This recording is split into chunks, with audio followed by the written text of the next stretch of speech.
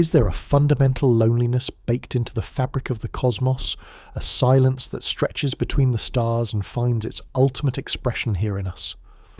For all our searching, for all our listening, the great cosmic theatre has played out in pantomime.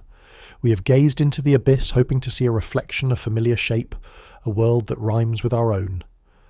We built our theories of a life, our models of habitability, on the only blueprint we possessed, a single, fragile, water-washed planet orbiting an unremarkable star. We assumed with a quiet and comfortable arrogance that the universe would play by our rules, that somewhere out there we would find a distorted echo of Earth, a world with oceans of water, skies of nitrogen, and the telltale chemical breath of life as we know it.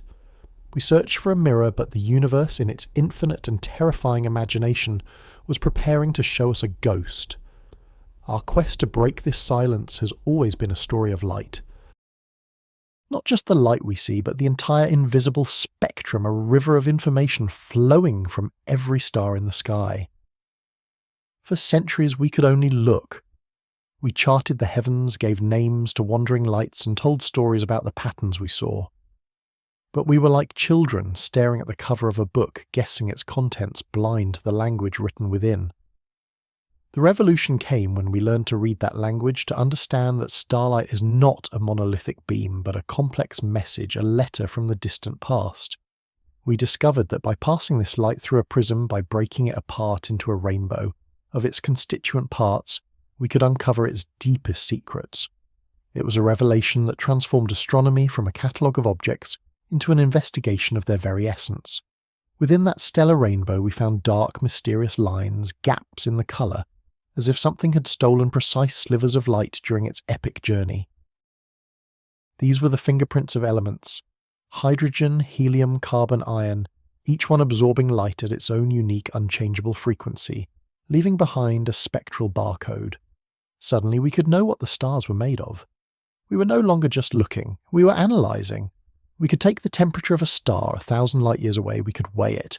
We could chart its life cycle from birth to death, all by reading the story told by these ghostly absorption lines. We had become cosmic detectives, piecing together the nature of the universe, from the faintest of luminous clues, from photons that had travelled for millennia, just to die on our electronic sensors. But the greatest prize was not what a star could tell us about itself. The true revelation was what it could tell us about the things that surround it. As our instruments grew more sensitive, we learned to detect the impossibly small dip in a star's brightness, as a planet, a distant unseen world, passed in front of it. This transit, this tiny celestial eclipse, was a breakthrough that opened the floodgates of discovery. We began finding planets by the thousands scattered through the galaxy like grains of sand. Hot Jupiters skimming the surfaces of their stars, frozen super-Earths in the desolate outer dark, and a precious few in the so-called Goldilocks zone, that temperate, tantalizing region where liquid water might exist. We had found the worlds, but the ultimate question remained. Did they have air? Did they have an atmosphere? This is where the magic of light offered its most profound gift. As one of these exoplanets transits its star, a tiny fraction of the starlight doesn't just get blocked. It filters through the planet's atmosphere if one exists. For a few precious hours, that gaseous veil is backlit by its own sun, and the molecules within that alien air get their chance to speak. They do what all molecules do: they absorb light at their specific characteristic frequencies. They steal their own unique colours from the starlight passing through. When that light finally reaches us billions of kilometres away, it carries a second barcode, an impossibly faint set of lines, superimposed upon the first. This is the chemical signature of the atmosphere itself. This is how we search for other skies. We have used this technique to find the familiar. We found water vapour a heart-stopping discovery every time. We have detected methane, carbon dioxide, even the haze of sodium. Each detection brought us closer, each one a piece of a puzzle we thought we understood. We were finding the building blocks, the ingredients we knew, the chemical precursors to a world that could one day look something like our own. The data was confirming our models. Planetary formation, it seemed, followed a predictable path. Atmospheres we believed were variations on a theme, a cosmic symphony playing familiar chords in different arrangements across the galaxy. We were getting good at the search, confident in what we were looking for, and that is when we pointed the James Webb Space Telescope, our great golden eye in the void, towards a dim red dwarf star in the constellation of Volans, the flying fish. The target was a world-designated ZN 509 D, orbiting a star so cool and faint it's invisible to the naked eye. From Earth, it is a ghost, a phantom world betrayed only by the subtle rhythm of its orbit. Our initial data suggested it was a sub-Neptune, a planet larger than Earth, but smaller than our own ice giants, a class of the world we don't even have in our solar system. It was perched on the very edge of its star's habitable zone, a twilight world in the eternal pseudo-dusk. It was a target of opportunity, one of hundreds on a long list of candidates for atmospheric analysis. There was no special reason to believe it held any great secrets. It was routine science, the slow and patient gathering of photons, hour after hour, transit after transit, building up a signal from the deepest, quietest noise. The telescope would stare unblinking as the planet traced its path, catching the starlight that skimmed the very top of its world, the light that grazed its hidden sky. The data streamed back to Earth not as an image but as a river of numbers, a cold, sterile list of brightness values at thousands of different infrared wavelengths. In the quiet hum of a control room, scientists began the painstaking process of cleaning that data, of removing the overwhelming glare of the parent star to find the whisper-thin signal of the planet's atmosphere. It is a process of immense precision, like trying to hear a single pin drop in the middle of a hurricane. They aligned the observations, stacked the transits, and ran the numbers through models refined over decades. They were expecting to see the familiar peaks and valleys, the telltale signatures of water, of methane, of carbon dioxide. They were expecting to add another data point to our growing but conventional map of the cosmos. What they found instead was silence. Not an absence of data, but a baffling, profound muteness where a voice should have been. The expected signatures were missing. The absorption lines for water were gone. Methane, the second most likely candidate for a world of this type, was nowhere to be found. Carbon dioxide, a greenhouse gas fundamental to our understanding of planetary climates, had vanished.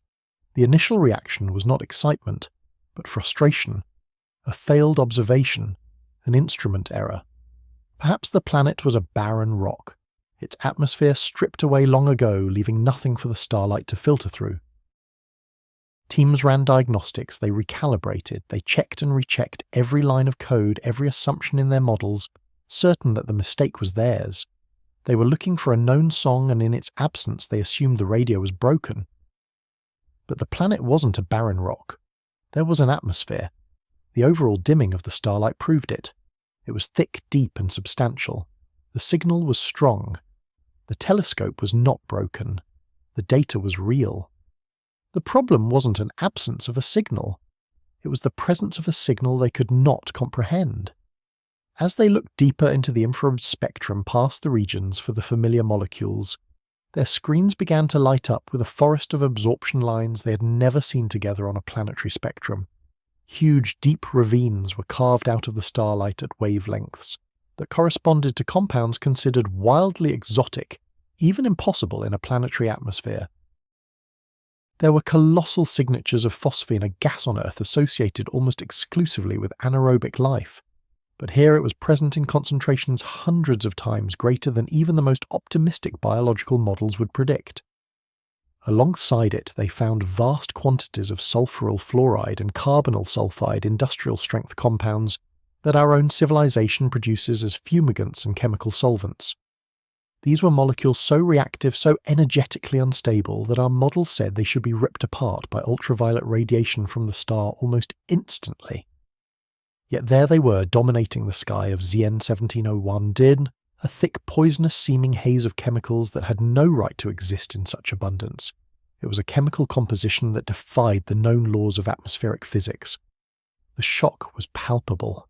This wasn't just an anomaly, it was a contradiction. It was like finding a steel skyscraper in the middle of an untouched jungle. The pieces simply did not fit. The combination of these volatile high-energy compounds with the complete absence of water or methane was a flagrant violation of every planetary formation model we have ever devised. An atmosphere is a chemical balancing act, a complex system of reactions and cycles driven by the energy of its star. This world's atmosphere wasn't in balance. It was a sustained chemical explosion, a celestial blowtorch held in a state of impossible equilibrium. How could these fragile molecules exist in such vast quantities without being destroyed? What unknown process was replenishing them on a planetary scale day after day for millions of years? What kind of geology, what kind of atmospheric engine could create such a profoundly alien sky? The data was verified, peer-reviewed, confirmed by other teams. The conclusion was inescapable. We had not found a mirror. We had not found a familiar shore in the cosmic ocean. We had stumbled upon a world that does not and should not exist according to our theories. Its atmosphere is a mix of chemicals so strange, so far outside the bounds of our experience, that we lack the vocabulary to properly describe it. This discovery does more than just add a new type of world to our catalogues. It takes our assumptions, our carefully constructed rulebooks about how planets are built and what they are made of, and it sets them on fire. It forces us to confront the humbling possibility that our understanding of chemistry, of geology, of planetary science itself is tragically limited based on a single data point in a galaxy of billions. And beneath that profound scientific challenge lies a deeper, more unsettling question. For decades, our search for extraterrestrial life has been a search for the familiar. We look for water because our life needs water. We look for oxygen because we breathe oxygen. We look for methane because our planet's microbes produce it. Our entire strategy has been predicated on the idea that life wherever it appears will be a variation on a carbon-based water solvent theme. We have been searching for recognizable biosignatures. But what kind of life, what unimaginable biology could arise in an atmosphere like the one on ZN 1701d? What kind of creature calls a sky of phosphine and sulfur compounds its home? What is the breath of a being that has never known water, that thrives in a chemical bath we would consider a toxic hellscape? This discovery is a watershed moment in human history. It is the moment the universe finally answered us, not with a comforting echo, but with a riddle, spoken in a language we have never heard. It shatters the very foundation of what we consider habitable. The line between a dead world and a living one has just been irrevocably blurred. ZN 1701 Dord stands as a monument to our own cosmic provincialism, a silent, swirling testament to the fact that the universe is not just stranger than we imagine, it is stranger than we can imagine. And we for the first time must now grapple with the monumental task of understanding it. We must discard our old maps, for we have found the edge and sailed right off it into a vast, new and utterly mysterious ocean of possibility. For millennia, the question was a whisper in the philosopher's study, a defiant shout from the pyre. Are we alone? This query echoing through the halls of human history was not born of science, but of a profound and unshakable loneliness, a yearning to find a reflection of our own world in the vast silent dark. We populated the heavens with gods and monsters, with celestial spheres grinding in perfect harmony, because the alternative, an empty, indifferent cosmos, was simply too desolate to bear. This dream of other worlds of planets circling other suns was the fuel for poets and the heresy of martyrs. For centuries it remained just that a dream, an untestable, tantalizing speculation locked away beyond the reach of our most powerful instruments. Science, in its rigorous caution, could not indulge in such fantasies. It demanded proof data, a signal from the noise. The universe, it seemed, was content to keep its secrets. But a secret cannot be kept forever from a mind that is determined to uncover it. The quest began not with a triumphant discovery, but with a new way of listening to the cosmos, not with our ears, but with instruments of exquisite precision designed to perceive the impossibly subtle. Imagine a star, a colossal furnace of hydrogen, helium, a cosmic anchor, holding its system together through sheer gravitational might. To us, it is a pinprick of unwavering light.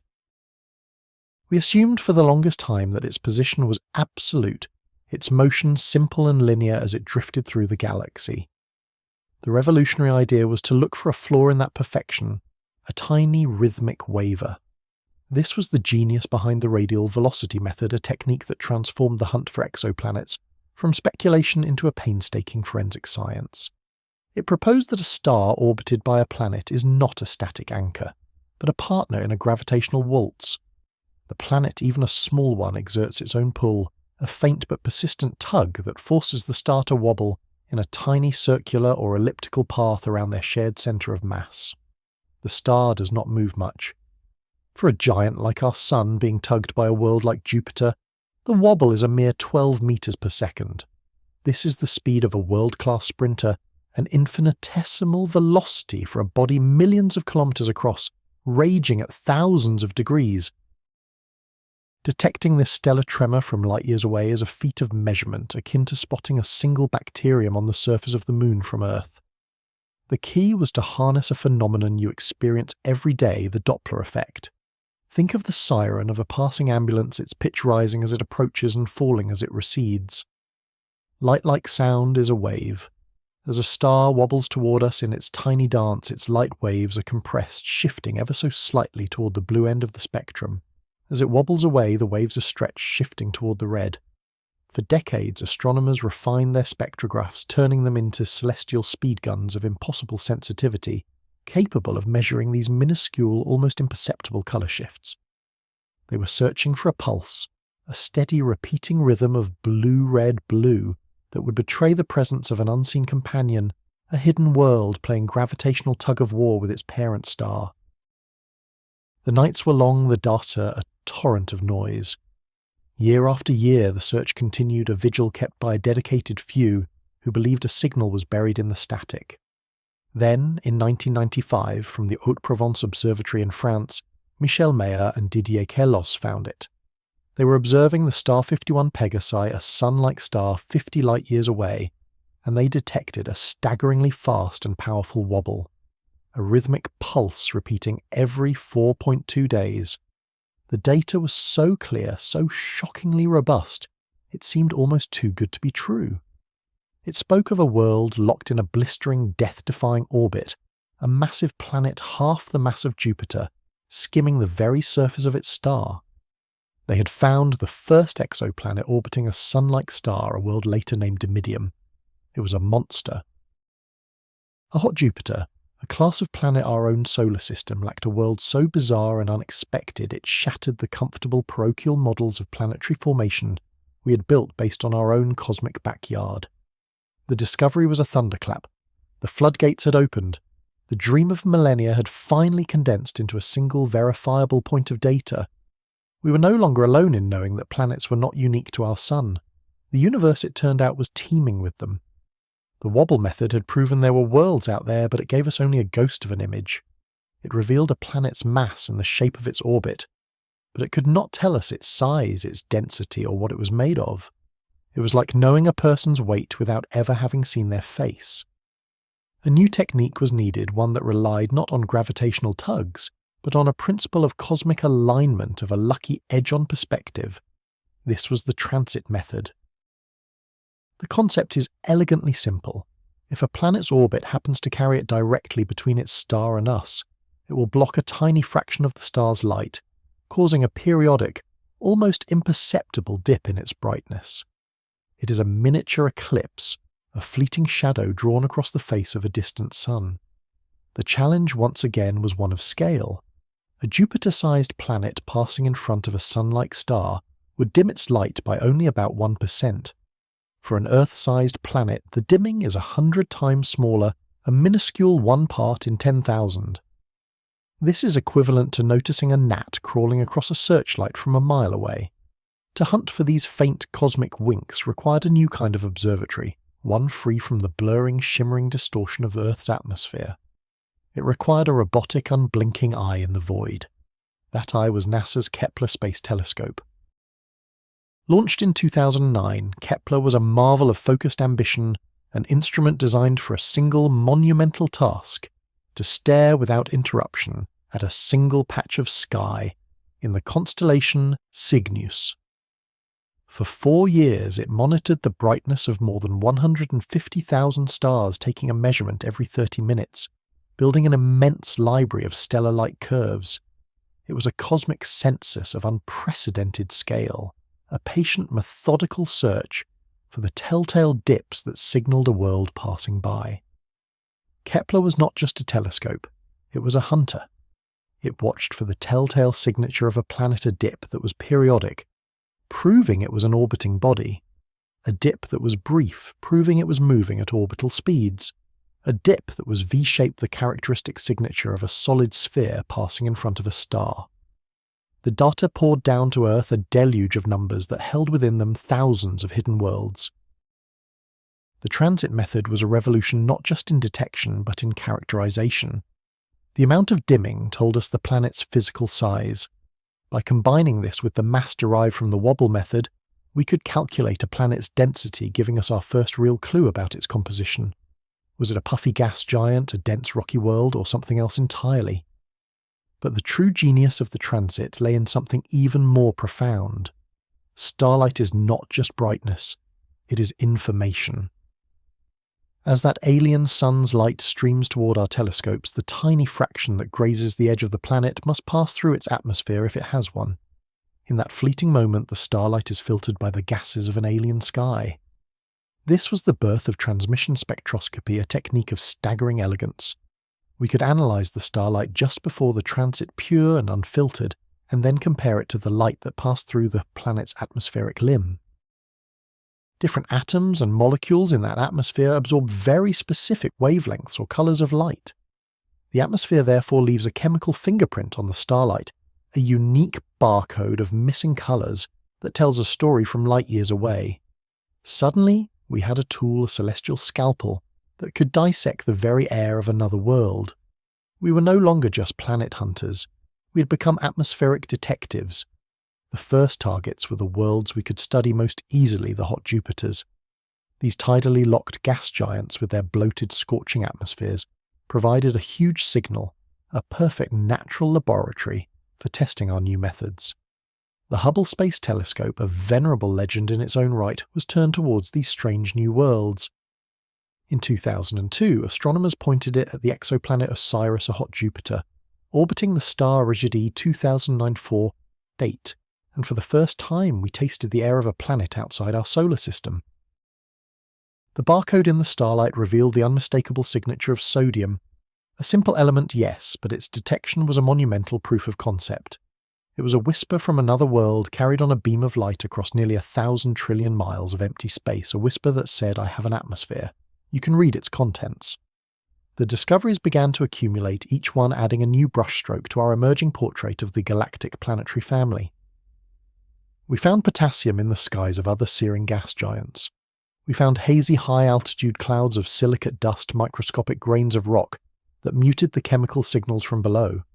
Then came the breakthrough everyone was waiting for, the signature of water. On world after world, from the infernos of hot Jupiters to the more temperate atmospheres of smaller, Neptune-class planets, the telltale absorption bands of H2O appeared in the data. Water vapor. The quintessential ingredient for life as we know it seemed to be a common constituent of planetary atmospheres. It was an exhilarating time.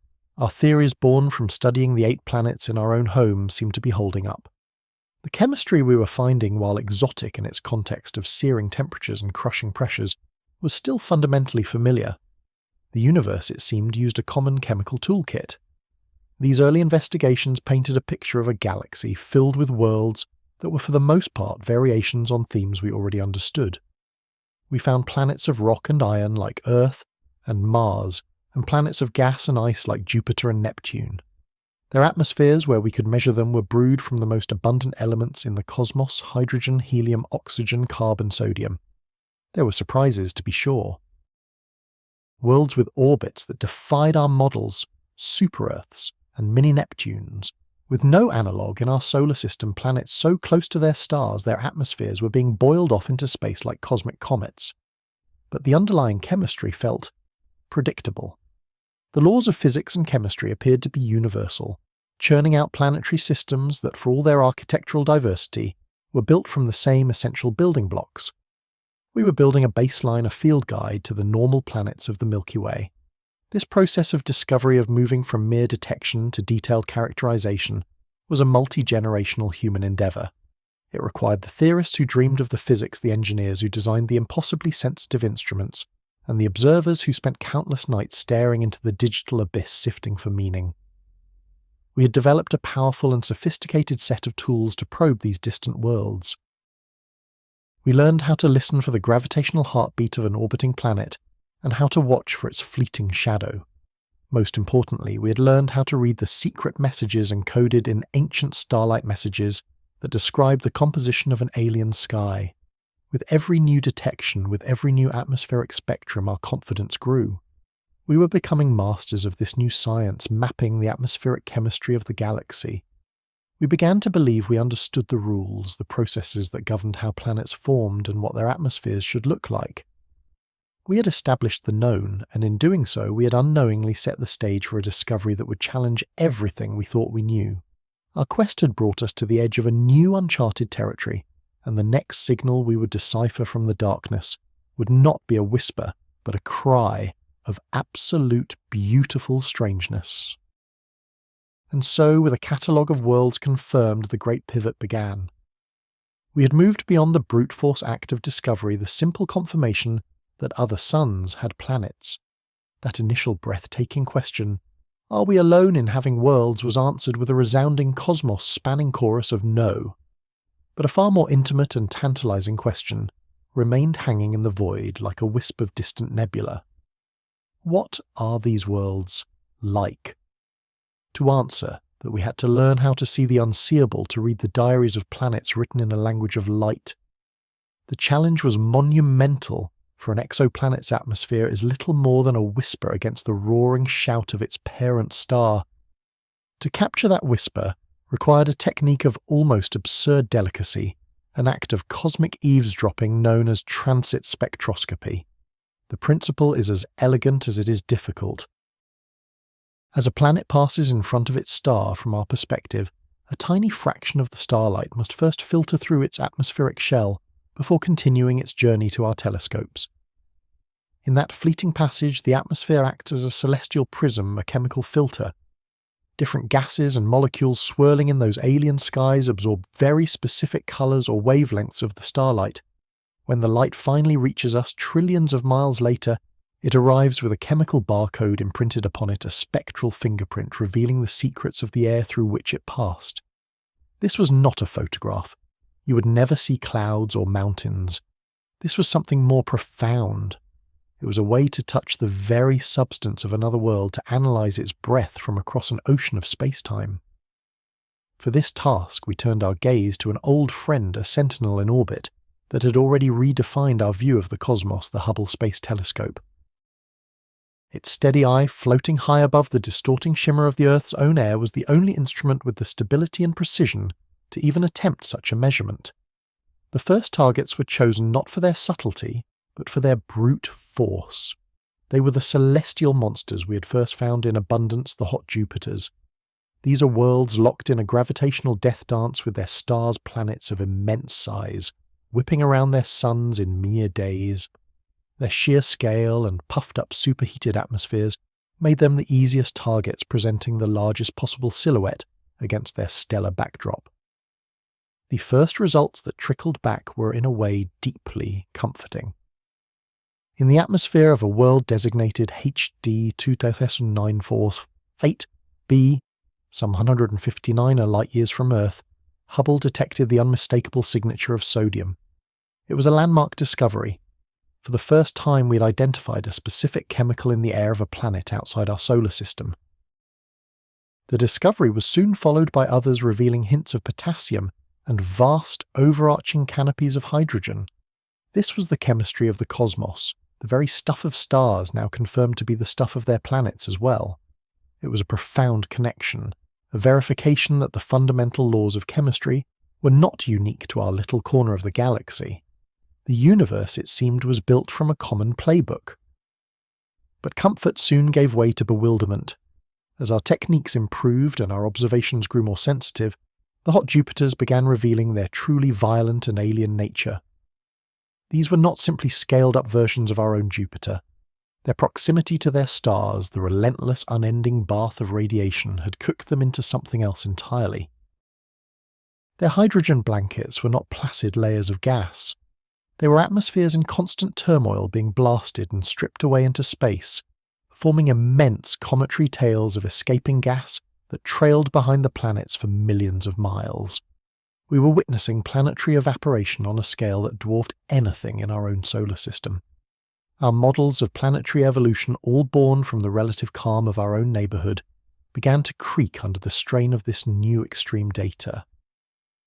These worlds were not supposed to be here so close to the stellar furnace. Planetary formation theories insisted that gas giants could only form in the cold, distant reaches of a solar system where ice and gas were plentiful. To find them huddled so close to their stars suggested a chaotic past, a history of violent gravitational billiards where these giants were thrown inward from their birthplaces, destroying or ejecting smaller terrestrial worlds in their path. Each new spectrum we gathered added another brushstroke to a portrait of cosmic violence. We started seeing evidence of hazes and exotic clouds, not of water, but of materials that would be solid rock here on Earth. Imagine a world so hot that its very ground boils into the sky. On planets like Kepler 7b, we found clouds of silicates, vaporized rock and glass swirling in vast reflective banks. These were not the fluffy white water clouds of home. These were shimmering abrasive tempests where it might rain molten glass, where sandstorms were not whipped up from deserts on the ground, but condensed directly out of the air itself. The sheer strangeness was intoxicating. We were explorers charting a bestiary of worlds each more bizarre than the last. Some planets were cloaked in atmospheres so thick and featureless, they presented a flat muted spectrum, their secrets stubbornly locked away beneath an impenetrable shroud. Others showed evidence of thermal inversions where the upper atmosphere was hotter than the layers below, a phenomenon on Earth linked to pollutants, but on these worlds driven by exotic light-absorbing molecules we had yet to definitively identify. Each new data point was a fresh challenge to our assumptions, and the tidy, predictable clockwork of our own solar system was revealed to be just one possible outcome among a near-infinite array of possibilities. The universe, it turned out, had far more imagination than we did. We found planets with atmospheres rich in carbon, leading to speculation of worlds shrouded in a permanent sooty smog, where graphite clouds might rain diamonds into methane oceans below. We found worlds so tidally locked that one side forever faced its star in a permanent blistering day, while the other was locked in an unending frozen night. The winds generated between these two extremes would be supersonic, a global hurricane that never ceased redistributing heat in complex patterns that defied our simple climate models. This was the era of discovery, of filling in the blank spaces on the map. But even as we marvelled at this gallery of extremes, we knew we were only scratching the surface. Hubble and its contemporaries were brilliant, but they were limited. They were best suited for studying large planets around small, calm stars. The Holy Grail, analysing the thin, delicate atmospheres of small, rocky, Earth-sized worlds, remained largely out of reach. We were reading the covers of the thickest books in the library, but the slender volumes, the ones that might tell a story more like our own, were still beyond our grasp. To read those, we would need a new eye on the universe, an instrument of such unprecedented power and sensitivity that it would represent not just an upgrade, but a complete paradigm shift in our capabilities. We would need a mirror of gold folded like cosmic origami, sent 1,000,000 miles from Earth to a place of gravitational stability, a place where it could cool to near absolute zero and stare into the infrared universe with perfect clarity. We would need the James Webb Space Telescope. Its launch and successful deployment marked the beginning of a new chapter. JWST was designed to see the universe in infrared light, the very wavelengths where the spectral signatures of key molecules for life, water, methane, carbon dioxide, oxygen shine the brightest. It was a machine built to read the atmospheric barcodes of smaller, cooler and potentially habitable worlds. When its first data began to stream back to Earth, the scientific community held its collective breath. The fire hose of information was immediate and overwhelming. Spectra that would have taken Hubble weeks of painstaking observation to acquire JWST could capture in mere hours, and with a level of detail and precision that was simply breathtaking. The cosmic zoo of atmospheres exploded in diversity. We confirmed water vapour on dozens of worlds saw carbon dioxide as a common ingredient, and began to map the climates of planets with a fidelity we had once only dreamed of. We could distinguish between hazy skies and clear skies, measure temperatures at different altitudes, and watch as the light from a star changed subtly as it passed through the terminator, the line between day and night on a distant planet revealing clues about its global wind patterns. The rising action was palpable. We were moving from broad-stroke characterizations to fine detailed analysis. We were no longer just asking if a planet had an atmosphere. We were asking about its weather. Our models of planetary formation were being rewritten in real time. We saw evidence of worlds that had lost their primary hydrogen atmospheres and were now sporting secondary atmospheres generated by volcanic outgassing much like the early Earth. We saw young, still-forming planets swaddled in dusty chaotic envelopes of gas drawn directly from the protoplanetary disk around their star. The sheer volume of data allowed us to perform comparative planetology on a galactic scale, grouping worlds into families, identifying trends and refining our understanding of the forces that shape a planet's destiny. It was a golden age of atmospheric science. Hundreds of planets were being surveyed, their chemical compositions catalogued and cross-referenced. And it was in the midst of this exhilarating deluge, this systematic charting of the heavens, that the first hint of something truly strange appeared. It was a signal from a nondescript world orbiting a sun-like star hundreds of light-years away. At first, it was buried in the noise, one data point among thousands. The initial analysis flagged it as an anomaly, likely a calibration error or a quirk of the instrument's software. The spectrum just didn't make sense. It showed the clear, unambiguous presence of certain molecules, but in ratios that were wildly at odds with any established model of atmospheric chemistry. There were chemical signatures that, according to our understanding, should have been mutually exclusive gases that should have immediately reacted with each other and cancelled each other out. Yet there they were coexisting in a stable, persistent mixture. The team ran the data again. Then they recalibrated the instruments and scheduled new observations. They checked for every conceivable source of contamination from the telescope itself to potential interference from interstellar dust. But the signal refused to disappear. With each new observation, it only grew stronger, more defined, and more impossible. A quiet, nervous excitement began to build within the research groups cleared to see the data. This wasn't just another weird world, another entry in the catalogue of cosmic oddities. This was different. This was a world whose atmosphere seemed to violate the fundamental rules of planetary science as we knew them. It was like finding a fossil of a creature with feathers and gills, a biological impossibility. This was a chemical impossibility. The familiar elements were there, oxygen, nitrogen, methane, but their dance was utterly alien. It was a mix that no known geological or atmospheric process could explain. The models were run again and again, pushed to their most extreme and imaginative limits. Could an unusual type of volcanism produce this? Could a bizarre interaction with the stellar wind be the cause? Could it be a previously unknown photochemical reaction, energized by a unique spectrum of light from its parent star? Every hypothesis failed. Every natural explanation presented a new set of contradictions requiring more special pleading than the last. The data was stubborn, irrefutable, and utterly baffling. While the world celebrated the flood of beautiful images and familiar discoveries pouring from JWST behind the scenes, a small community of scientists was staring at a single haunting spectrum. It was a ghost in the machine, a signal that whispered of a planet unlike any other ever conceived. This was not the rising action of discovery anymore. This was the precipice of a revolution.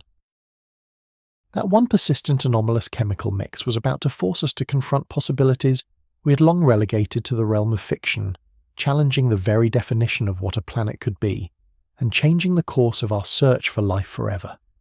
And so, after years of sifting through the silent broadcast of starlight, the signal that would change everything finally came not as a shout, but as a whisper from an impossibly distant shore.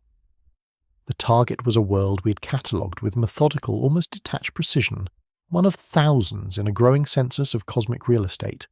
It circled a star unremarkable in its middle age, a quiet orange K-type dwarf star in the constellation Cetus. For a time it was known only by its designation Zosma Ceti F. There it was a ghost in the machine orbiting its placid sun every 42 Earth days in a gentle, predictable gravitational waltz. Zosma Ceti F was what we call a super-Earth, a world larger than our own, but likely still rockier class of planet that our own solar system curiously lacks. It occupied the hallowed ground astronomers call the Goldilocks zone, that tantalizingly narrow band of orbit where stellar radiation is gentle enough for liquid water to potentially grace a planet's surface. For these reasons alone, it was a priority target for our most powerful eyes, a name on a list of promising yet still theoretical havens for life. But lists are merely collections of possibilities, and Zosma CTF was about to graduate from possibility to a paradigm-shattering reality. It was here, 63 light-years from Earth, that humanity would first gaze into an atmospheric crucible and find a chemical recipe that our own planet's history had never conceived. The moment of discovery was not one of sudden cinematic revelation. There were no flashing lights, no triumphant cries echoing through a control room. Instead, it unfolded in the profound quiet of the early morning hours on a computer screen displaying rows of processed spectral data.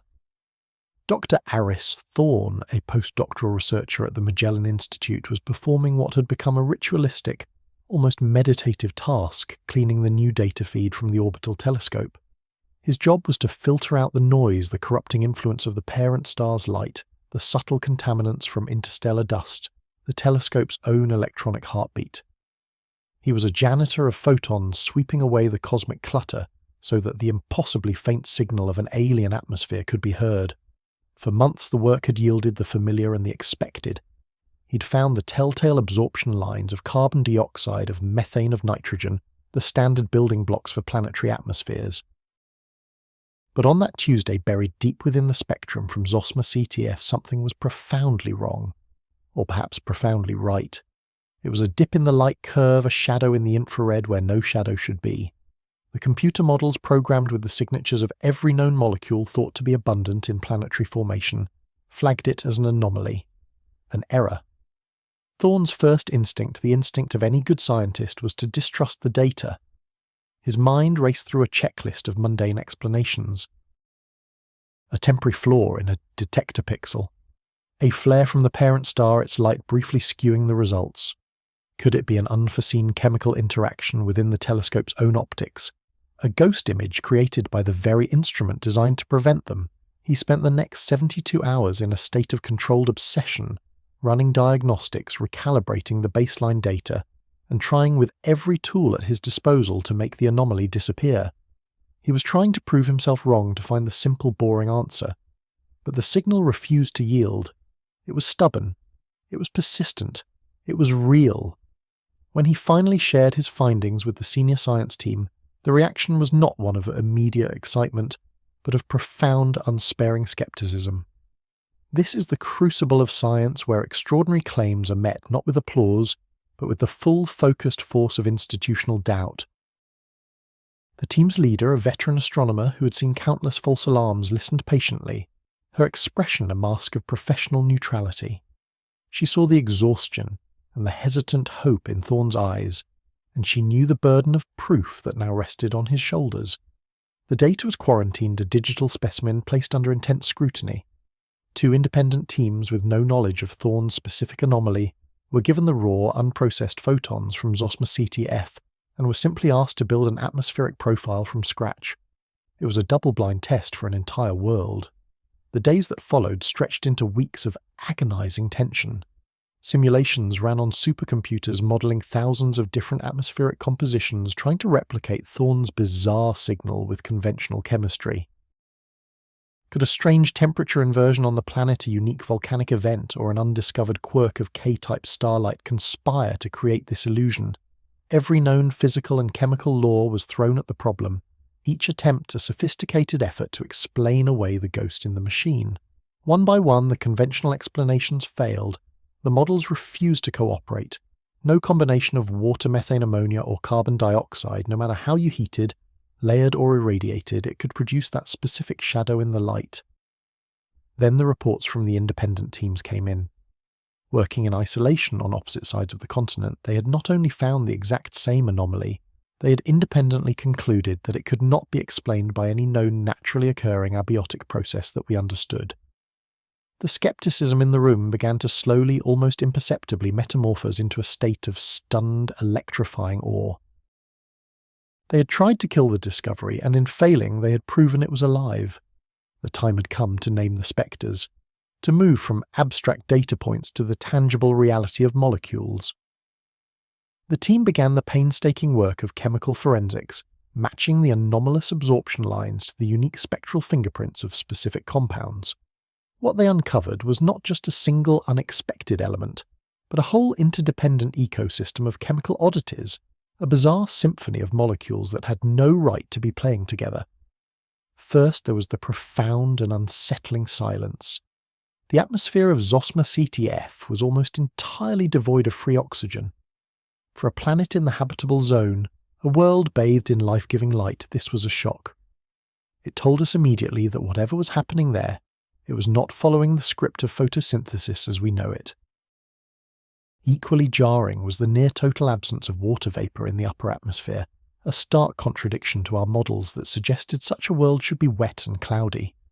This world was arid, at least in the layers we could see a desert world hiding in a place we expected to find an ocean. But it was what was present in the atmosphere that truly shattered our understanding. The first confirmed signature belonged to a molecule rarely discussed outside of industrial chemistry and toxicology, carbon disulfide. On Earth, it is a volatile, foul-smelling liquid used as a solvent, a byproduct of industrial processes, or produced in tiny quantities by some microbes in anaerobic sludge. To find it as a major stable component of a planetary atmosphere was unthinkable. It suggested a world with a completely alien volcanic cycle or a biology that had weaponized sulfur in ways we had never imagined. It was the first note in a deeply unfamiliar chord. The next discovery was even more startling. Alongside the carbon disulfide, they found the unmistakable signature of arsine. Arsine is a gas of terrifying potency, a compound of arsenic and hydrogen. On our world, it is a violent poison destroying red blood cells on contact.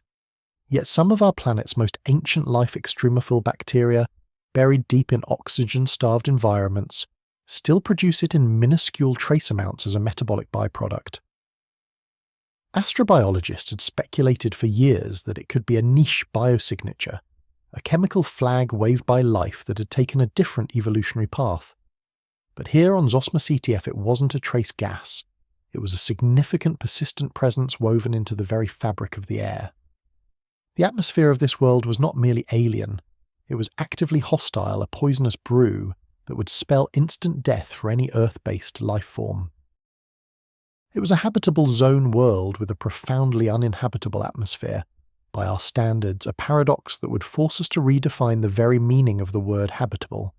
Yet the greatest shock was still to come. After accounting for all the known molecules, one deep, broad absorption band remained. It was a complex smeared signature that matched nothing in our extensive libraries of molecular data. It was a chemical ghost, a compound that for all we knew did not exist anywhere else in the universe. For months, quantum chemists and spectroscopists worked to unravel this puzzle. They built theoretical molecules inside supercomputers, binding atoms together in novel configurations, and calculating what their light signature would look like. The closest match they could engineer was a group of compounds called chlorinated silanes. These are bizarre hybrid molecules, chains of silicon atoms, the stuff of rocks and sand bonded with chlorine, a hyperreactive element. On Earth, they are so unstable they can only be created in highly controlled laboratory settings as they react violently with even a whisper of water. To find them existing as a stable gas in a planetary atmosphere implied a geological and chemical environment so fundamentally different from our own that we lacked the language and even the imagination to properly describe it. It suggested a world where the distinction between rock and air, between geology and atmosphere, had blurred into something new and strange, a world with silicon-based chemistry not just in its crust but in its very sky. This was the turning point. Zosma CTF had presented us with a chemical cocktail that defied all expectation.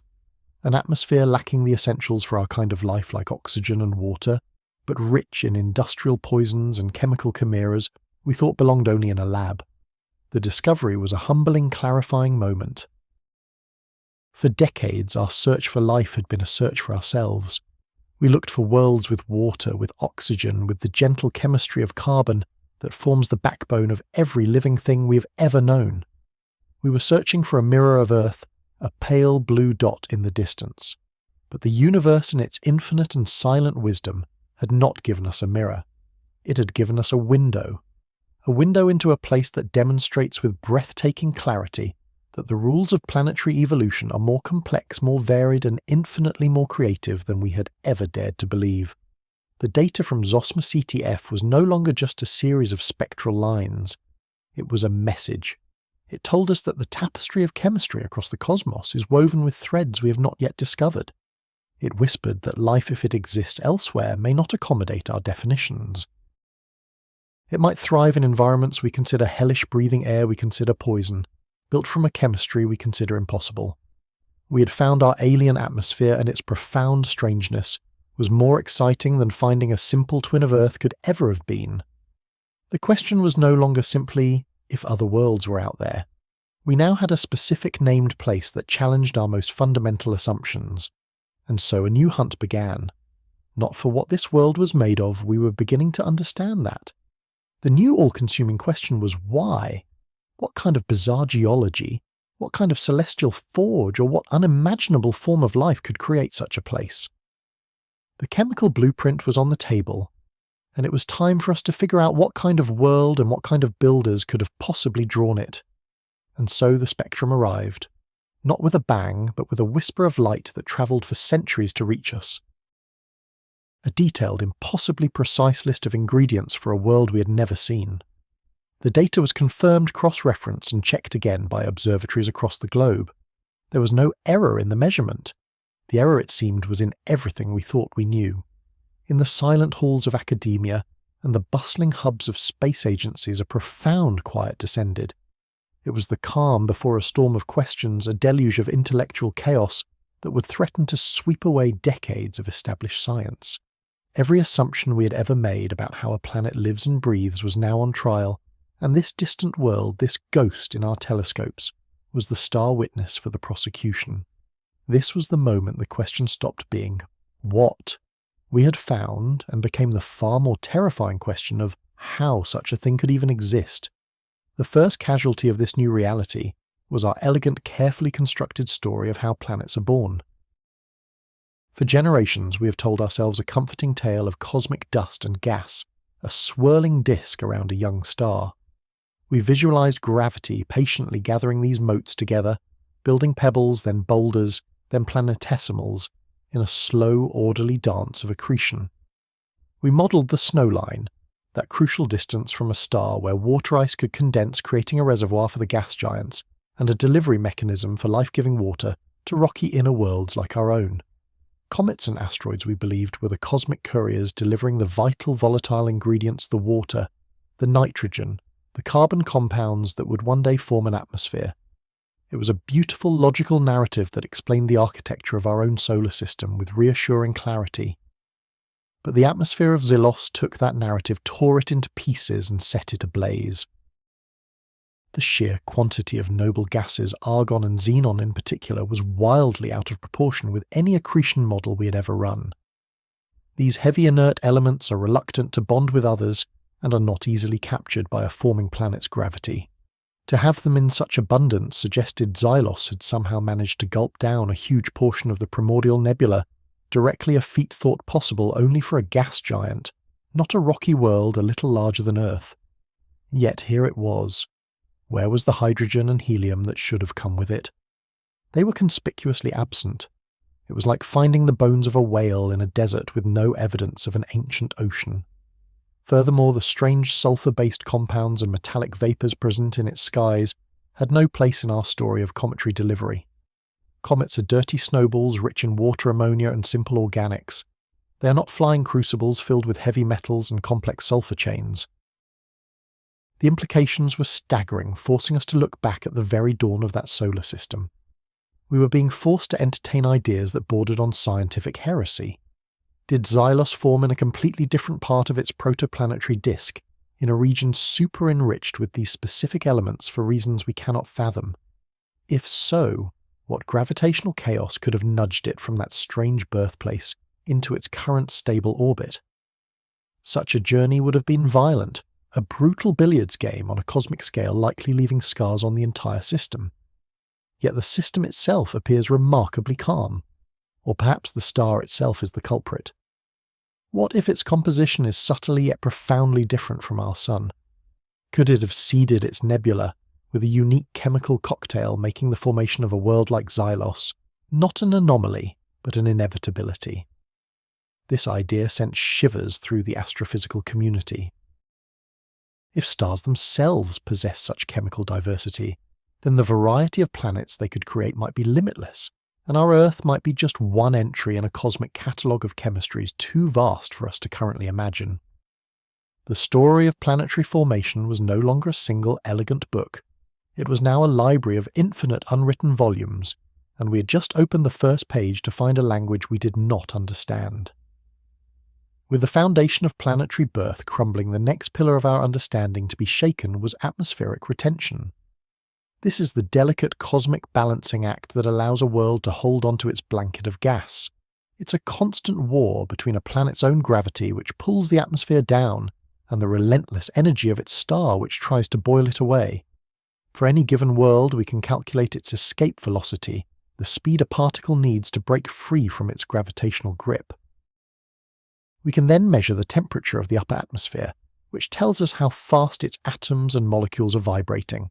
If the thermal velocity of a gas gets too close to the escape velocity, that gas will slowly, inexorably, leak into space over millions of years. This is the fate that befell Mars.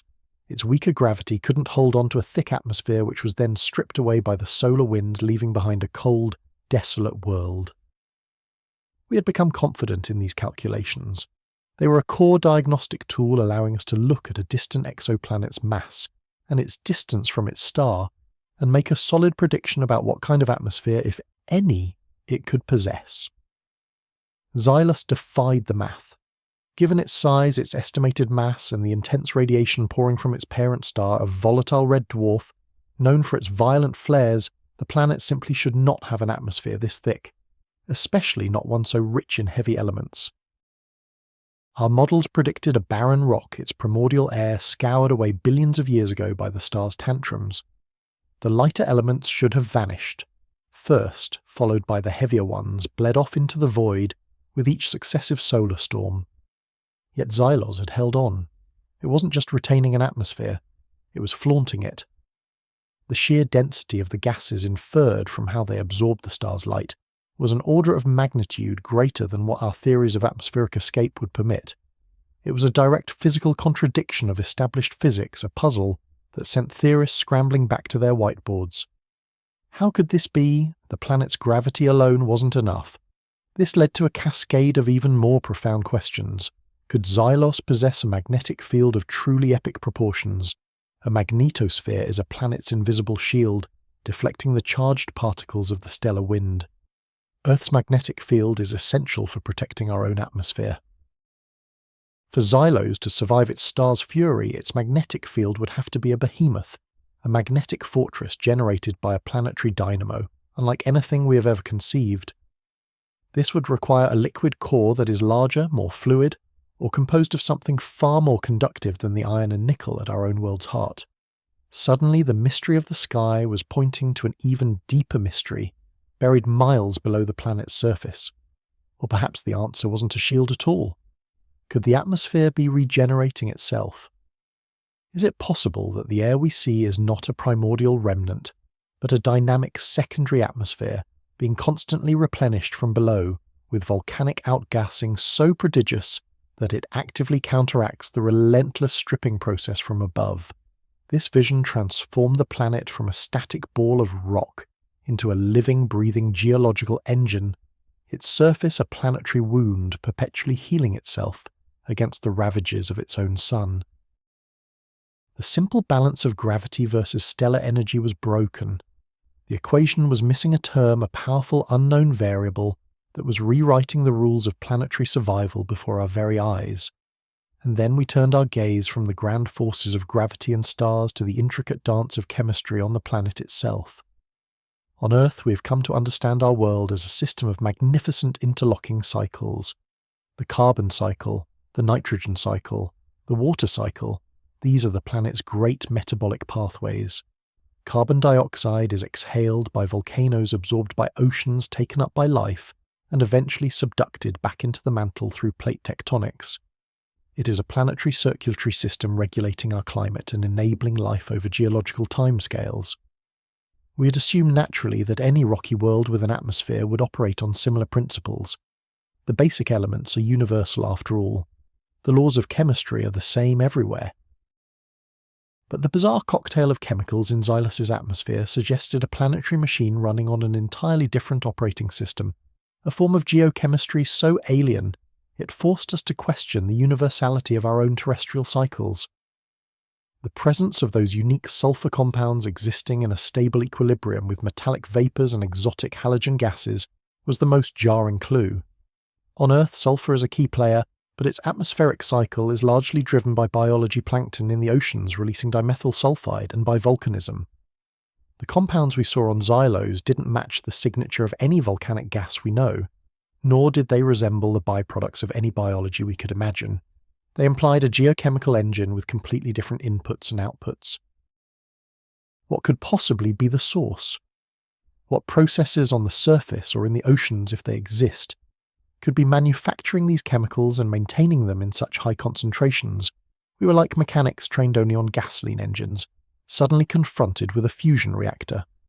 The fundamental components seemed familiar, but their arrangement and interaction were utterly alien.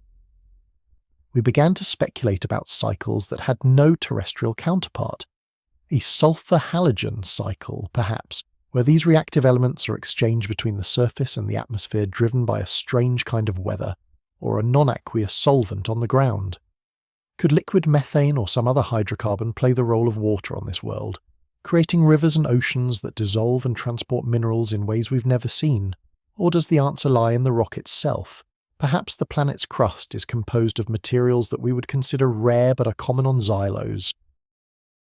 A crust rich in metallic sulfides or strange crystalline structures could react with the thin air and sunlight in utterly novel ways, creating a self-sustaining chemical loop that has no parallel. We were staring at a planet's breath, and it was telling us that the very ground it exhaled from was made of something new. Our Earth-centric view of how a planet works, of the predictable cycles that govern rock, air and water, had been shattered. We were adrift in a sea of new possibilities, and every direction we looked, the coastline of our knowledge had disappeared. Out of this intellectual wreckage, this downward path of dismantling old certainties, new ideas began to rise like flares in the dark. The frantic search for an explanation began pushing the boundaries of planetary science into realms previously reserved for science fiction. The first and most intuitive of these new theories centered on a vision of extreme, almost unimaginable volcanism. We were forced to imagine a world not just geologically active but geologically possessed. Forget the gentle plumes of Etna or the dramatic eruptions of Kilauea. We are talking about a planet whose entire surface might be a network of supervolcanoes' fissures stretching for thousands of miles, continuously belching the planet's molten guts into the sky. In this model, the bizarre atmospheric composition isn't a stable feature, but the ever-present exhaust of a planetary furnace. The planet's mantle, perhaps enriched in sulfur and heavy metals from its unique formation, would be churning with such violence that it constantly replenishes the air with these strange compounds, overwhelming the star's ability to strip them away. This vision paints Xylos as a hellish dynamic world, its skies forever choked with a haze of exotic minerals, its landscapes constantly being reshaped by rivers of strange metallic lava. It is a brutal but compelling explanation. It accounts for the dense, heavy atmosphere and its improbable chemistry by proposing a geological engine powerful enough to defy a star. A second, more subtle theory turned its gaze outward, not inward. It proposed that the true architect of this alien sky was the star itself. We know that stellar winds are not just destructive forces, they are also streams of particles carrying the chemical signature of their parent star. What if the red dwarf that Xylos orbits has a peculiar stellar wind, one that isn't just stripping the atmosphere, but is actively contributing to it? Imagine the star's magnetic field lines connecting directly with the planet's own, creating a conduit, a sort of cosmic umbilical cord. Along this connection, a stream of ionized particles, not just hydrogen and helium, but perhaps heavier elements forged in the star's core, could flow directly into the planet's upper atmosphere. Once there, the intense energy of the star's radiation could act as a catalyst, a celestial blowtorch igniting a chain of high-altitude chemical reactions that we have never before witnessed. This process, a kind of stellar wind alchemy, would create the strange compounds from the top down, not the bottom up. The atmosphere would not be an exhalation of the planet, but an imposition by the star. It was a radical idea suggesting a form of planetary interaction, a direct chemical dialogue between a star and its world that we had never considered possible. The planet's sky would be a canvas, and its star the painter. But the third and most profound theory dared to venture deepest to question the very nature of the planet's heart. It proposed that the answer lay in a completely novel form of core mantle chemistry. The fundamental assumption for rocky planets has always been that they are silicate worlds like Earth, with a crust and mantle dominated by silicon and oxygen, and a core of iron and nickel. But what if Xylos is built differently? What if its core is not iron, but something else? A core enriched in uranium and thorium, for instance, could create a world with fantastically high internal heat, driving the hypervolcanism of the first theory. Or more exotically, what if the planet's mantle isn't silicate-based at all? Could it be a carbon planet, where the mantle is composed of graphite diamond and silicon carbides? Such a world would have radically different geology. Its volcanoes would spew, not silicate lava, but streams of black oily hydrocarbons and carbon monoxide, providing the raw materials for a completely different atmospheric chemistry. This hypothesis was the most unsettling of all, for it suggested that the very definition of a rocky planet was too narrow, too conditioned by the single example we live on. It opened the door to a universe filled not just with different atmospheres, but with fundamentally different kinds of worlds built from a diverse chemical palette we're only just beginning to appreciate. So the debate now rages. In conference halls, late-night Zoom calls, and university laboratories, these new ideas are clashing, being tested and being refined. Computer simulations that once predicted orderly solar systems are being rewritten from scratch to include the physics of stellar alchemy and the geology of diamond worlds. We have fallen through the comforting floor of our own knowledge and landed in a place of exhilarating, terrifying uncertainty. The models are broken. The textbooks are obsolete. The single haunting signal from a world we can never visit has forced us to admit that our imagination has been too small. The initial thrill of discovery, the simple joy of finding something new, has given way to a far more profound challenge. We have the what, a list of chemicals, a chart of spectral lines. But that is no longer enough. The real quest, the one that will define the next generation of exploration, has just begun. It is the quest for how. And to answer it, we can no longer be content to simply watch from afar. We have to find a way to see deeper. And so for what felt like an eternity, the data refused to yield. Every new model, every brilliant hypothesis built upon the bedrock of known science shattered against the chemical paradox of Kadira 3. We had thrown the full weight of our accumulated knowledge at this world, from the biochemistry of Earth's deepest hydrothermal vents to the atmospheric physics of our own gas giants, yet nothing fit. The alien sky kept its secrets shrouded in a cocktail of molecules that by all rights should have torn itself apart eons ago. The phosphine, the bizarre sulfur compounds, the profound lack of free oxygen. It was a symphony of impossibilities, a chemical ghost that haunted our spectrographs and defied every simulation we could devise. The global effort, a beautiful convergence of minds and machines, had reached a frustrating collective impasse. The silence from Kadira 3 was deafening, a cosmic riddle whispered across 70 light-years with no apparent solution. It was a humbling moment, a stark reminder that the universe writes its rulebook on a canvas far larger than our single precious world. We were looking for a terrestrial answer in a truly extraterrestrial place. The breakthrough, when it came, did not arrive in a single flash of isolated genius. It was quieter, more gradual. It began not with a new discovery about the planet itself, but with a simple, almost heretical question that rippled through the research community. What if we were looking through the wrong end of the telescope? What if the key to Kadira 3's atmosphere wasn't on the planet, or even in its sky, but was forged in the heart of its own sun? For years, the star Kadira had been treated as a constant, a simple source of light and heat, catalogued and largely dismissed. It was a G-type star, reassuringly similar to our own Sun, a stable anchor in a bizarre system. But science at its best is a restless enterprise, never fully satisfied with assumptions. A few teams armed with next-generation spectroscopic instruments and an almost obsessive patience turn their gaze back to that seemingly ordinary star, deciding to peel back its layers with a precision never before attempted. They weren't just looking at its temperature or its brightness. They were conducting a deep, painstaking chemical autopsy of its photosphere, searching for the faintest of elemental fingerprints. What they found was the first tremor of a paradigm shift. Kaidira, it turned out, was not so ordinary after all. Buried within its light, hidden in the subtle dips and absorptions of its spectrum, was a profound anomaly.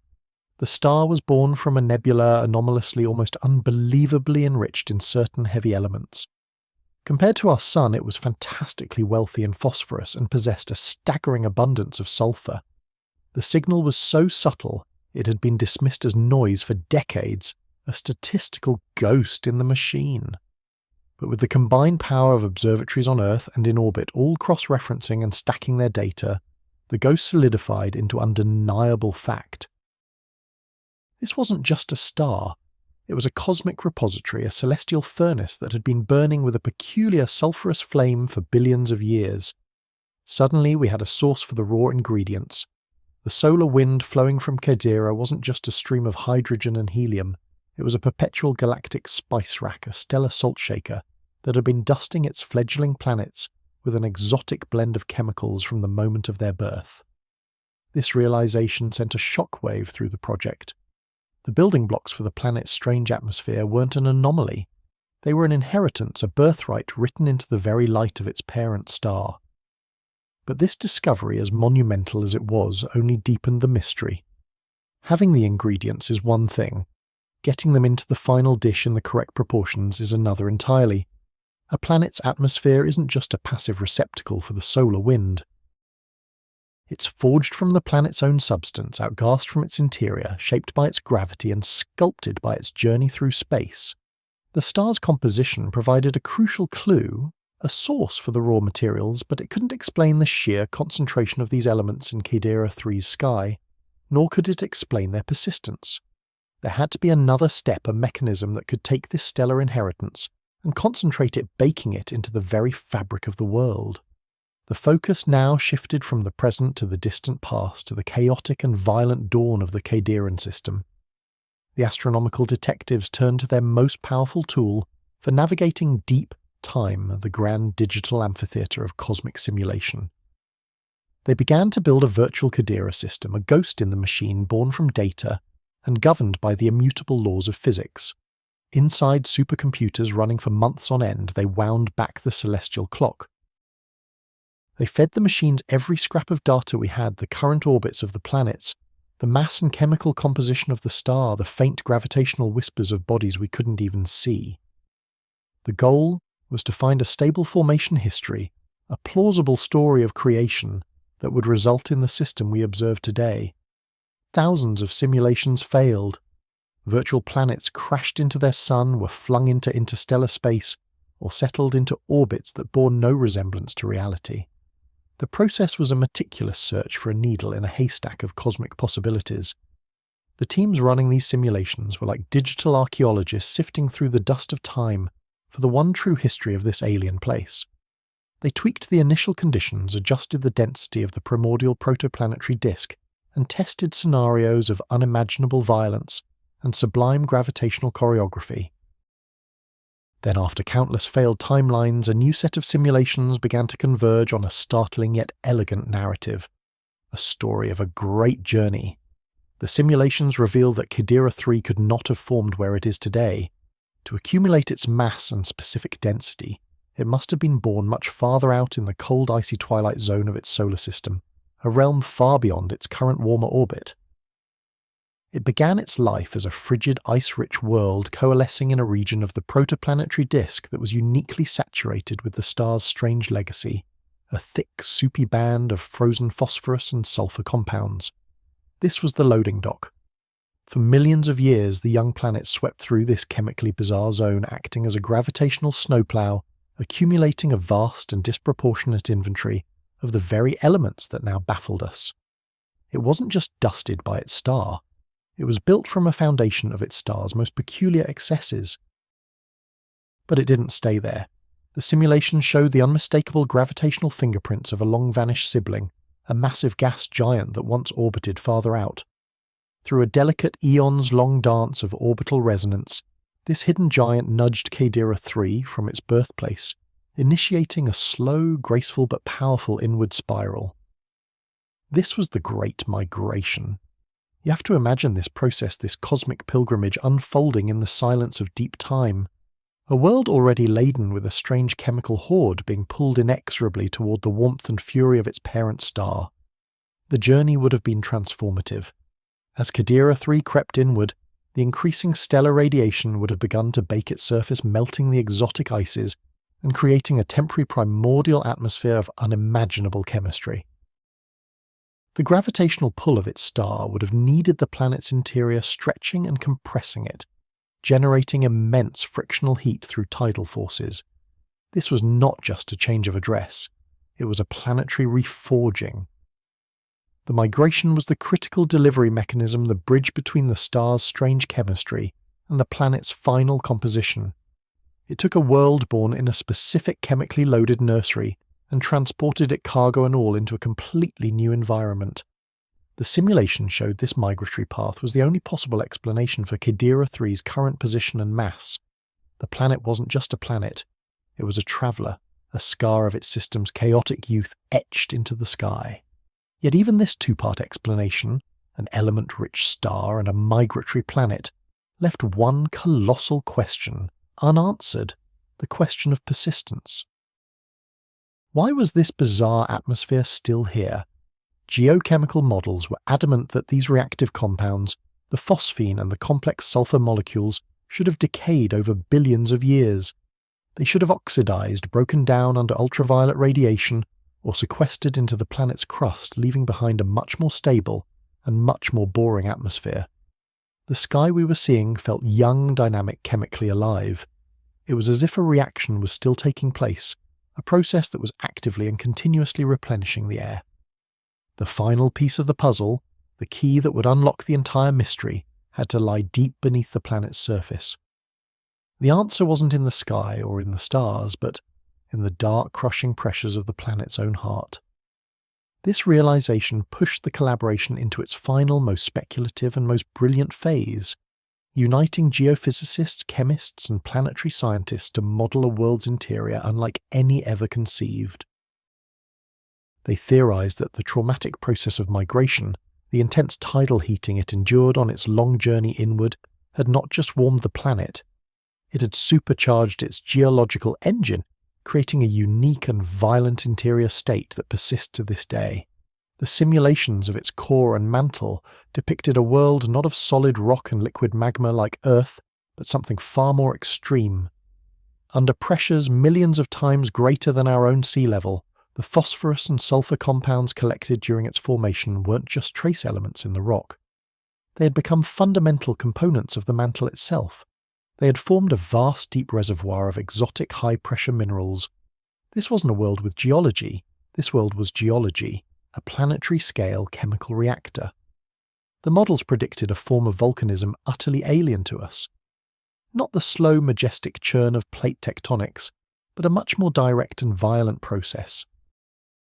Immense plumes of superheated, sulfur-rich material would rise from the core mantle boundary, not as liquid rock but as a supercritical fluid, a strange state of matter that is neither liquid nor gas. These plumes, upon reaching the lower pressures of the crust, would flash decompose in catastrophic outgassing events, blasting the ingredients for the atmosphere directly into the sky through a network of vast crystalline vents. You're not seeing a static ancient atmosphere. You're seeing the real-time continuous exhaust of a planetary engine.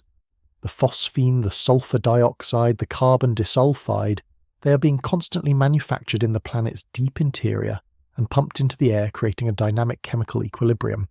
The rate of replenishment from this deep geochemical furnace perfectly balances the rate of destruction by the star's ultraviolet light.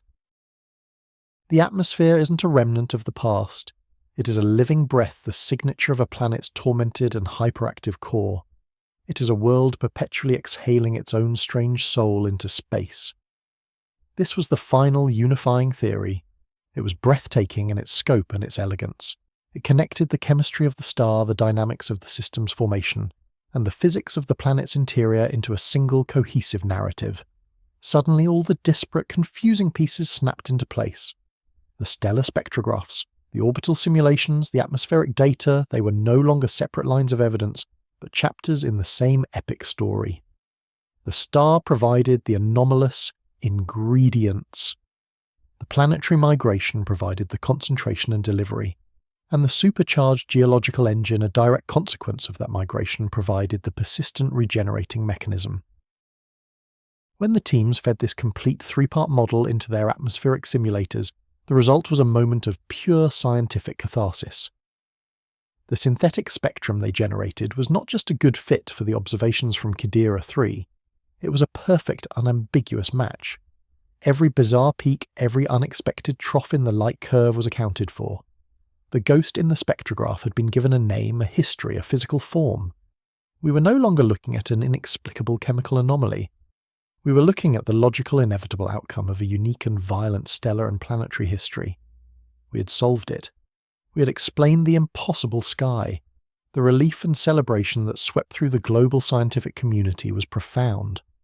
They had stared into the abyss of the unknown and had returned with a coherent story, a testament to the power of collaboration, persistence, and the courage to question even the most basic assumptions. We had discovered not just a new type of atmosphere, but a new class of planet, a sulfuric furnace world, whose entire existence is defined by this extraordinary chain of cosmic causation. It was a triumph of human curiosity, a puzzle solved on a scale of light years and geologic time. And yet, as the dust of this monumental discovery began to settle, a new, more tantalizing and perhaps more terrifying question began to emerge from the solution. We had just written a complete, robust and entirely non-biological explanation for the atmosphere of Qiddiya 3. We had found a way for nature in its infinite and chaotic inventiveness to create a world that mimicked some of the signs of life without life itself. But does explaining the chemistry necessarily preclude biology, or has it in a strange and unexpected way revealed a new, more exotic stage upon which life could arise? This planetary engine, this deep churning furnace, doesn't just spew out chemicals. It creates a persistent source of energy. It establishes powerful chemical gradients, a constant disequilibrium, which is one of the fundamental requirements for life as we understand it. The planet's surface may be hostile, its air poisonous to us.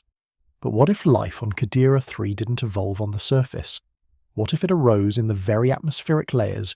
We can observe a biosphere suspended in the sky, thriving on the chemical feast provided by the planet's deep unending breath.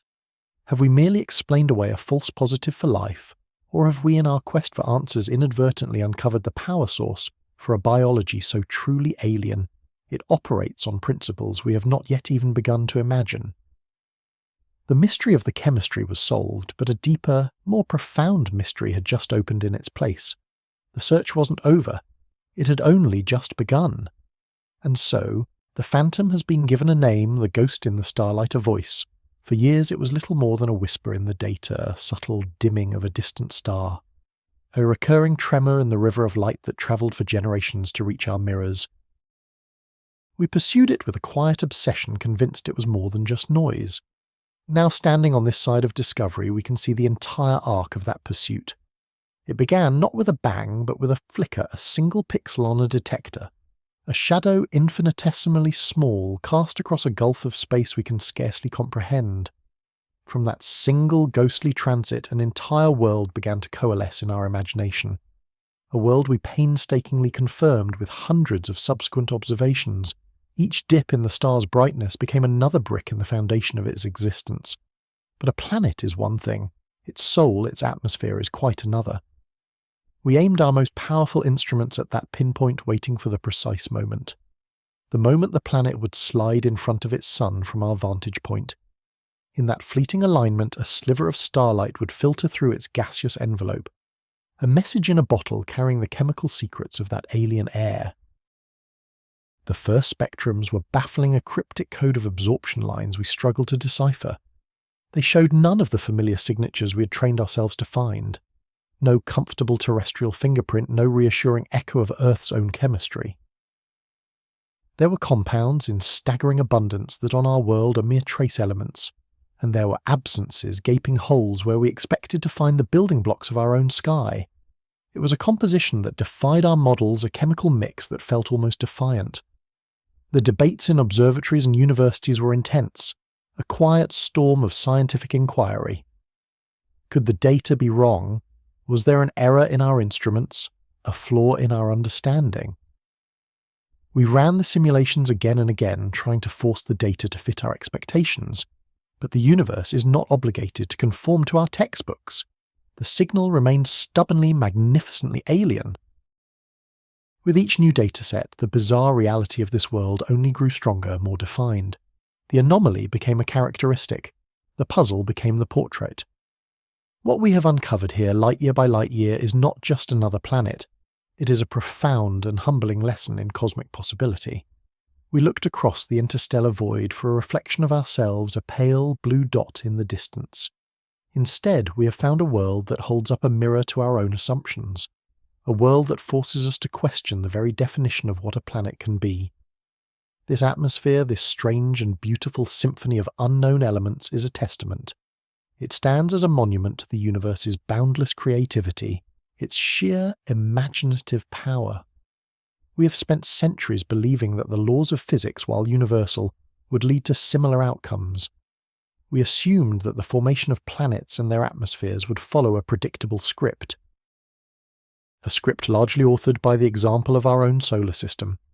We had our rocky worlds, our gas giants, our ice giants, each in their neat category. We built our models on this foundation, confident in its universal truth.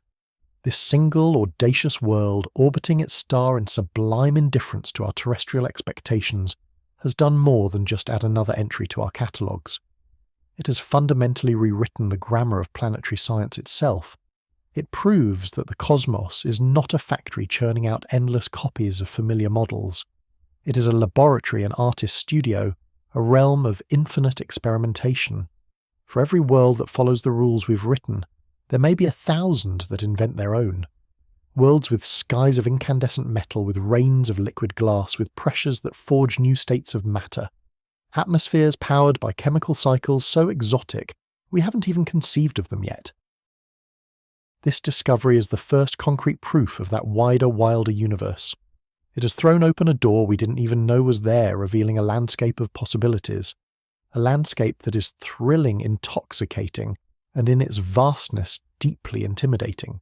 The sheer loneliness of Earth, once a source of cosmic anxiety, now feels different. It is not the loneliness of isolation, but the uniqueness of a singular masterpiece. Our planet, with its nitrogen-oxygen breath and liquid water oceans, is not the standard. It is one beautiful, intricate, and perhaps exceedingly rare solution to the puzzle of existence. And out there in that sea of stars are other solutions. Other answers to questions we're only now learning how to ask. This newfound world with its impossible air is the first of those answers we have managed to overhear. It tells us that our search for habitable worlds for life has been far too narrow. We have been like explorers searching a vast, vibrant jungle for a single familiar flower. All the while we have been blind to the myriad of other strange and wonderful life forms all around us. This atmosphere is a wake-up call, a jolt to our collective scientific imagination. It reminds us that the most significant barrier to discovery is not technology, but expectation. The universe is not limited by what we can imagine. We are limited by what we have so far observed. And now we have observed the impossible. The question is, what do we do next? How do we begin to explore this new, expanded vision of the cosmos? This single discovery becomes the justification, the rallying cry for the next generation of explorers. Not human explorers in ships, but our robotic emissaries of light and glass. The great telescopes of the future instruments of breathtaking ambition are already on the drawing board. They are being designed specifically to answer the questions this world has forced upon us. Imagine mirrors not of meters but of tens of meters, vast honeycombs of polished perfection, so large they must be assembled in space by robots piece by shimmering piece. These colossal eyes will gather light with a sensitivity that dwarfs anything we have today. They will be able to resolve details on planets dozens of light years away, to see not just a planet's shadow, but the faint reflected light from its very surface. We will hunt for the glint of alien oceans the colour of alien continents. But seeing is only the beginning. The real revolution will come from dissecting their light. We are engineering new tools to wage a war against the blinding glare of parent stars. Coronagraphs of exquisite precision internal masks that can blot out a star's fire, and massive free-flying Starshade's colossal flower-shaped spacecraft. They will position themselves thousands of kilometres away between the telescope and its target, casting a perfect tailored shadow that reveals the faint planetary systems hiding in the glare. This is not science fiction. This is the blueprint for our next step into the universe. With the starlight suppressed, we can finally turn the full power of our spectrographs onto these worlds. Not just for a fleeting moment during a transit, but for hours, for days, for weeks. We will build a library of alien atmospheres, a catalogue of cosmic breaths. We will chart their weather watching colossal storm systems rage across hemispheres. We will measure their seasons as alien ecosystems respond to the shifting light of their suns. The chemical fingerprint we have found here, this bizarre and wonderful anomaly, will no longer be a singular curiosity. It will be our first entry, the first clue that will teach us how to read the atmospheric language of the galaxy. These future missions, powered by the impetus of this discovery, will change everything. They will shift exoplanet science from an act of detection to an act of characterization, from simply knowing that worlds are there to knowing what they are like. And that brings us to the ultimate question, the one that has driven us from the very beginning, the question of life. This discovery has not answered it. Instead, it has made the question infinitely more complex and far more exciting. Our search for life has until now been a search for ourselves. We have looked for biosignatures, the chemical traces of life based on the only example we have. We search for the oxygen produced by photosynthesis, for the methane burped by microbes. We search for water, the universal solvent that underpins every biological process on Earth. We have been in essence searching for Earth 2.0. This strange new atmosphere challenges that entire paradigm. It presents us with a world where the fundamental conditions are utterly unlike Earth. Yet who are we to say that life could not arise there? Who are we to declare that biology must be constrained to the single path it took on our planet? Life is not a force of conformity. On Earth, it's a force of relentless adaptation. It thrives in the boiling acid of volcanic vents, in the crushing dark of the abyss. It survives in the frozen dryness of Antarctic valleys and the irradiated core of nuclear reactors. If life on our own world can be so tenacious and so creative, what forms might it take on another? This discovery gives us the intellectual permission to broaden our search, to look for biosignatures born from a completely different kind of biology. Perhaps life on a world like this wouldn't breathe oxygen. Perhaps it would metabolize the very compounds we find so strange in its atmosphere, creating waste products, biosignatures that would be completely alien to us. We must now begin the difficult, exhilarating work of imagining those other biologies, of modelling how life might emerge and evolve in non-terrestrial chemistries. Could there be life that uses a solvent other than water? Life that builds its complex molecules not from carbon but from silicon? These have long been theoretical speculations confined to the fringes of science. Now, with a real-world example of a truly alien environment, these speculations become urgent. They become a vital part of our strategy for the search ahead. We must learn to look for techno-signatures as well, the signs of advanced civilizations. But not just the radio signals we have been listening for. What if an industrial civilization on a world like this produced atmospheric pollutants, chemicals so artificial, so far from natural equilibrium that they could only be the product of technology? This world in its stunning alienness has handed us a new playbook. It tells us to discard our assumptions, to open our minds to expect the unexpected. The search for life is no longer about finding a familiar needle in a cosmic haystack. It is about realizing that the haystack itself is woven from threads of unimaginable variety, and that some of those threads might themselves be alive. So we stand here now at the edge of a new cosmic ocean. The light from this one distant world has illuminated a path forward, a path that will be paved with decades of work, with brilliant engineering, with patient observation. It will require a global effort, a commitment from all of us to continue this great exploration. The journey from that first tentative signal to this profound new understanding has been incredible. It is a story of human curiosity, of our refusal to accept the darkness as empty, of our innate unquenchable need to know what lies beyond the horizon. This alien atmosphere is not an end point. It is a beginning. It is the start of a new chapter in our species' long and winding relationship with the cosmos. A chapter where we finally begin to grasp the true diversity of worlds that populate the night. For every star you see in the sky, there is a story, a system of planets, each unique, each a potential stage for dramas of geology, chemistry, and perhaps biology. We are at last building the tools to read those stories, to listen to the whispers of worlds that have until now remained silent. What we have found is a promise that the universe is even stranger, more beautiful, and more full of wonder than we ever dared to dream. Our future lies out there in the careful, patient study of these faint and distant lights. Each one a puzzle, each one a possibility, each one a reason to keep looking up. The unknown is not empty, it is full, and we have only just begun to see what it contains.